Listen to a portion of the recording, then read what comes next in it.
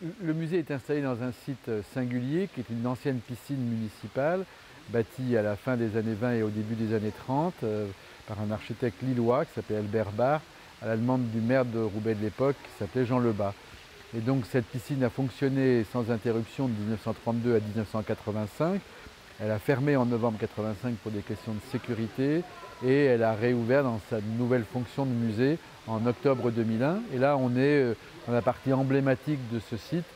qui est le grand bassin avec son décor art déco, ses grandes verrières représentant la course du soleil. Et puis ce que l'architecte a réussi à intégrer dans son projet, l'architecte Jean-Paul Philippon, qui est l'un des concepteurs du musée d'Orsay, c'est d'avoir pérennisé la présence de l'eau qui évidemment rappelle la vocation initiale du lieu.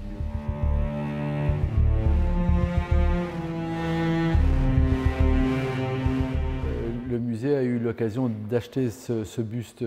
extraordinaire de Camille Claudel et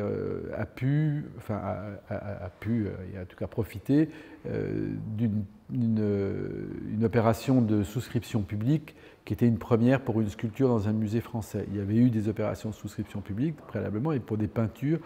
pas pour la sculpture. Or nous, historiquement, la sculpture est un élément très très important de la constitution des collections du musée de Roubaix et c'est devenu, depuis une vingtaine d'années, un des éléments forts de notre programmation et de la présentation des collections.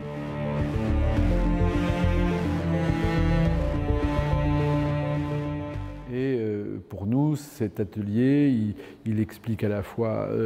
c'est un condensé d'histoire de la sculpture de la première moitié du XXe siècle, sur les différents styles qui vont se succéder et auxquels Bouchard va ponctuellement et plus ou moins se raccrocher. C'est un espace technique formidable parce que toutes les techniques sont représentées, les matériaux, les outils de la sculpture, notamment cette planche à clous qui était quelque chose qu'on trouvait dans tous ces ateliers d'auteurs de monuments publics dans la première moitié du XXe siècle, mais qui est la seule qui aujourd'hui soit conservée. Dans le musée, comme dans tous les musées, il y a des espaces de présentation permanente des collections qui restent et des espaces de présentation temporaire avec des expositions qui, chez nous, durent environ 3 mois et s'articulent en 3 saisons qui font l'année. Donc pour la réouverture, évidemment, il y avait des choix symboliques, notamment donc, pour la question de la sculpture, qui est encore une fois un élément très prégnant de la vie du musée. Il y a l'exposition de Giacometti et l'exposition Picasso autour de l'homme au mouton. Et puis autour de l'identité de la ville qu'on a révélée dans la salle sur l'histoire de Roubaix,